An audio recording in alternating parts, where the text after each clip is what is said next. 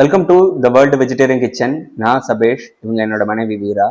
இந்த சேனலில் ஒவ்வொரு வாரமும் வெரைட்டியான வெஜிடேரியன் ரெசிபீஸை டிஃப்ரெண்ட் பிளேசஸ்லேருந்து பார்த்துட்டு இருக்கோம். இப்போ நம்ம பார்க்குறது ஒடிஷா கல்னரி சீரீஸ்னு ஒடிஷாவில் இருக்கிற வெரைட்டியான ரெசிபீஸை பார்த்துக்கிட்டு இருக்கோம். இன்னைக்கு நம்ம பார்க்க போகிறது ரொம்பவே ஸ்பெஷலான ஒரு வரலாற்று முக்கியத்துவம் வாய்ந்த 2000 ஆண்டுகளுக்கும் மேலே பழமையான ஒரு ஸ்வீட் ரெசிபி தான். இந்த ஸ்வீட் ரெசிபியோட நேம் காஜா அப்படின்னு சொல்லிட்டு ஒரு ஸ்வீட்டு. இதோட பிறப்பிடம் எதுன்னு பார்த்தீங்கன்னாக்கா பண்டைய மகத நாடு, அதாவது தற்போதைய பீகார் மாநிலத்தில் இருக்கிற ஒரு பிளேஸ்ல இருந்து தான் இந்த காஜா அப்படிங்கிற இந்த ஸ்வீட் வந்து ஃபர்ஸ்ட் தயாரிக்கப்பட்டது. அங்கே உள்ள ஒரு சிலாவ் அப்படிங்கிற ஒரு ஊரில் தான் முதல்ல இந்த காஜா ஸ்வீட் தயாரிக்கப்பட்டது. இந்த காஜா ஸ்வீட் வந்து அந்த டயத்துல சிலாவில் இந்த மாதிரி ஸ்வீட்ஸ் வந்து பண்ணி புத்தர் இருந்த டயத்துல, புத்தரோட பீரியட் பார்த்தீங்கன்னா புத்தருக்கு இந்த ஸ்வீட் கொடுத்ததா வரலாற்று குறிப்புகள் இருக்கிறதா சொல்லப்படுது.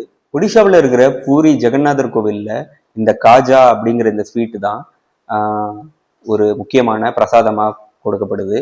எப்படி நம்ம திருப்பதியில லட்டு கொடுப்பாங்களோ, இங்க பூரி ஜெகநாதர் கோவிலோட பிரசாதம் இந்த காஜா ஸ்வீட். இங்க நம்ம இந்த பூரி ஜெகநாதர் கோவில்ல போனோம்னா திரும்ப வரும்பொழுது எல்லாரும் இந்த காஜா ஸ்வீட் வாங்கிட்டு போவாங்க பிரசாதமா. அது மட்டும் இல்லாம அங்க நிறைய கடைகள்ல இந்த மாதிரியான காஜா ஸ்வீட்ஸ் வந்து விற்பாங்க. நீங்க பூரி போனீங்கன்னா, பூரி போனவங்களுக்கு இந்த அனுபவம் இருக்கும். இந்த காஜா ஸ்வீட் வைட்லி நம்ம எல்லா ஒரு கடையிலையும் ஸ்வீட் வெண்டர்ஸ் இல்ல இது மாதிரி ஸ்ட்ரீட் வெண்டர்ஸ் எல்லாருமே கொடுக்குவாங்க. இப்படிப்பட்ட வரலாற்று முக்கியத்துவம் வாய்ந்த பூரியோட முக்கியமான பிரசாதமா இருக்கிற இந்த காஜா ஸ்வீட் எப்படி செய்யறது தான் நம்ம இன்னைக்கு சிம்பிளா இந்த சேனல்ல பார்க்க போறோம். வாங்க பார்க்கலாம் எப்படி செய்யறது. இந்த காஜா செய்யறதுக்கு தேவையான பொருட்கள் என்னென்னு பாத்தீங்கன்னா ரொம்பவே சிம்பிள் தான். 2 கப் மைதா, 1 கப் சீனி, 1/4 கப் நெய், பொரிக்க தேவையான அளவு எண்ணெய், ஏலக்காய் தூள், அவ்வளவுதான். ரொம்ப சிம்பிள்.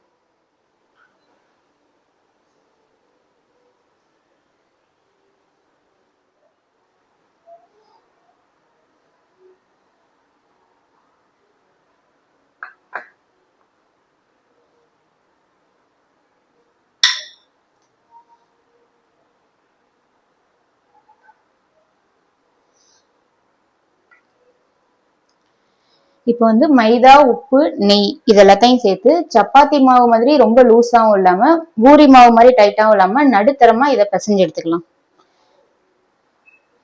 ஃபர்ஸ்ட் இந்த நெய்யும் உப்பு போட்டுட்டு நல்லா இதை கலந்து விட்டுக்கோங்க. உதுத்த மாதிரி ஆக்கி விடணும். இதை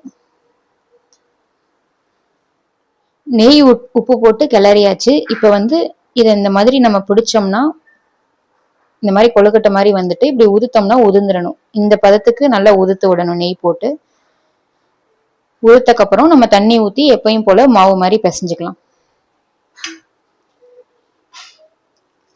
கொஞ்சம் கொஞ்சமா ஊத்தி பிசைங்க.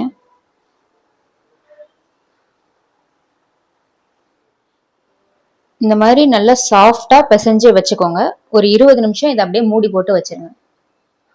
இப்ப இதுக்கு தேவையான ஜீரா பாகை ரெடி பண்ணிக்கலாம். எடுத்து வச்சிருக்க சீனியை இந்த பாத்திரத்துல போட்டுக்கிறேன்.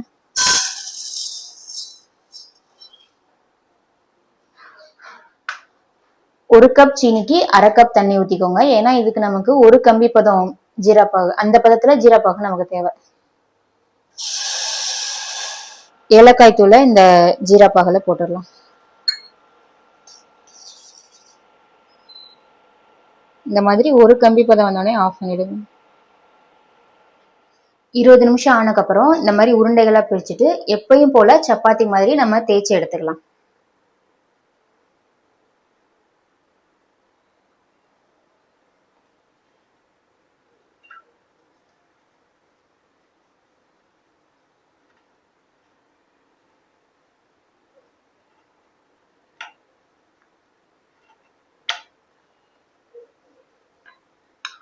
இந்த மாதிரி தேய்ச்சக்கப்புறம் இந்த ஸ்வீட் வந்து 5 லேயரா நம்ம பண்ண போறோம்.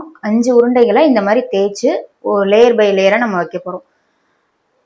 இதை ஃபர்ஸ்ட் தட்டுல வைக்கிறதுக்கு முன்னாடி நம்ம தட்டுல கொஞ்சம் மாவு ஸ்ப்ரெட் பண்ணிக்கோங்க.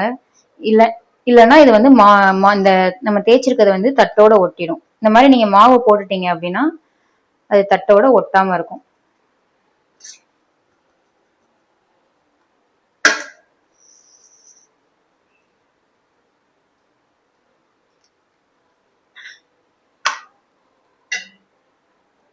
இந்த மாதிரி 2வது உருண்டையை தேய்ச்சதுக்கு அப்புறம் ஃபர்ஸ்ட் இதுல நெய் கொஞ்சம் அப்ளை பண்ணி தேய்ச்சி விட்டுட்டு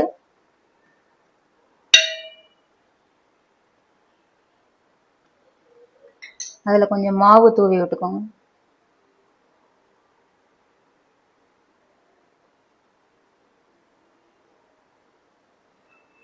அப்புறம் இந்த செகண்ட் லேயரை நம்ம வைக்கலாம்.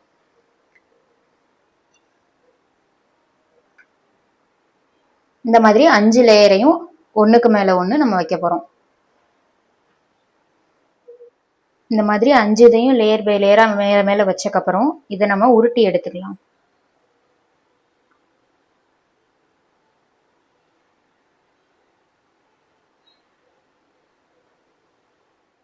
இந்த எட்ஜில் வந்து லைட்டாக தண்ணி அப்ளை பண்ணிவிட்டு இந்த லேயரை அப்படியே ஒட்டி விட்டுறலாம்.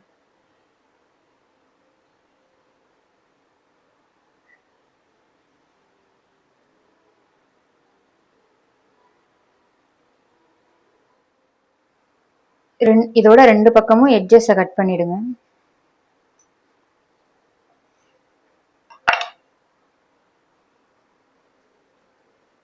இப்போ இதை சின்ன சின்ன பீசஸாக கட் பண்ணிக்கோங்க.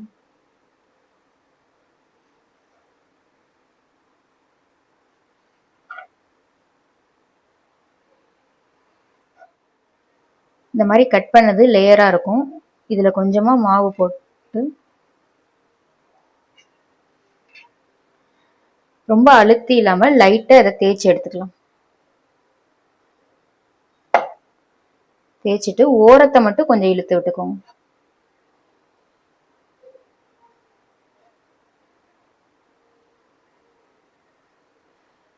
இந்த மாதிரி நடுவில் லேயராக ஓரத்தில் இழுத்து விட்டு இந்த மாதிரி தேய்ச்சி எடுத்துக்கோங்க. தேய்ச்சி வச்சிருக்கத இந்த மாதிரி எண்ணெயில் போட்டு பொரிச்சு எடுத்துக்கலாம்.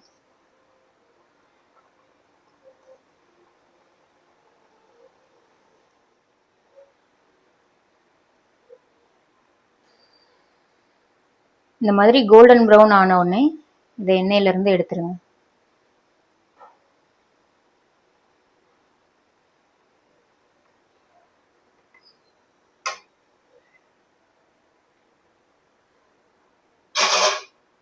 நம்ம எண்ணெயிலேருந்து எடுத்து சூடாக இருக்கும் போதே இதை ஜீரா பாவில் போட்டு பரட்டி உடனே எடுத்துருங்க.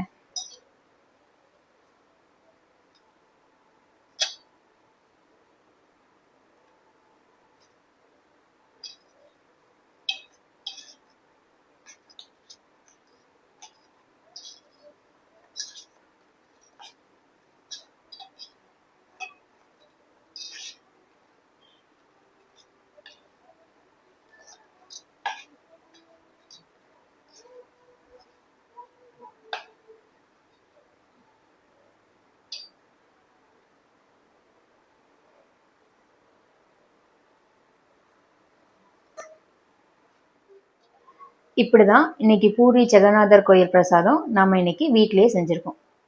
2000 ஆண்டுகள் பழமையான புத்தர் சாப்பிட்ட இந்த காஜா ஸ்வீட் இன்னைக்கு எங்க வீட்டில்.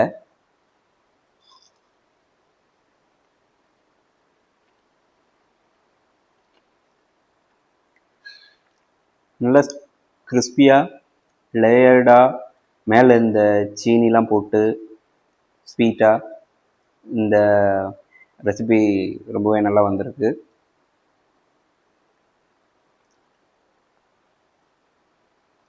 நல்லா டேஸ்டியாக இருக்குது. இதே மாதிரியான வீடியோஸ் பார்க்கணும் அப்படின்னா த வேர்ல்டு வெஜிடேரியன் கிச்சன் அப்படிங்கிற இந்த சேனலை சப்ஸ்கிரைப் பண்ணிக்கோங்க. இதே மாதிரி ஒரு ஸ்பெஷலான ரெசிபியோட அடுத்த வீடியோவில் உங்களை நாங்கள் சந்திக்கிறோம்.